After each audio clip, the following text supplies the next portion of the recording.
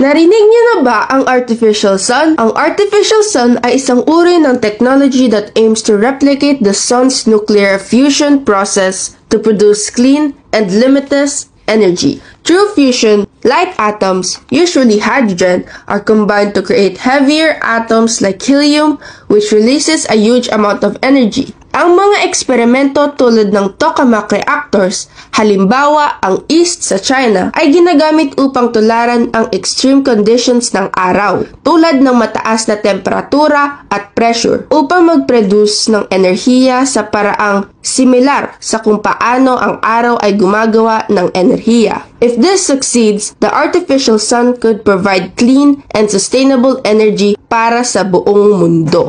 Astig, di ba? If this technology succeeds, it could change the way we generate energy for the future. Ang Amerika, India, at Europe ay sumunod na sa China para pag-aralan ang teknolohiyang ito.